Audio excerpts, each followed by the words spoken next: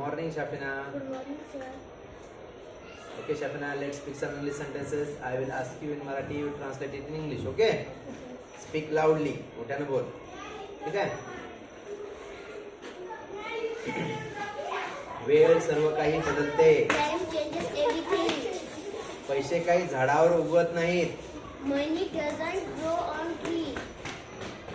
त्यांपैकी सर्वजण. All of them.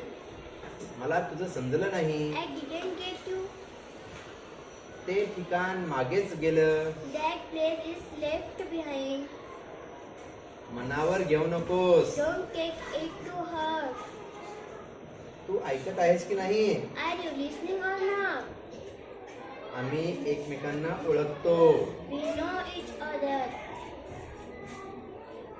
मला कोणाच्याही मदतची गरज नाही. I don't need anyone's help.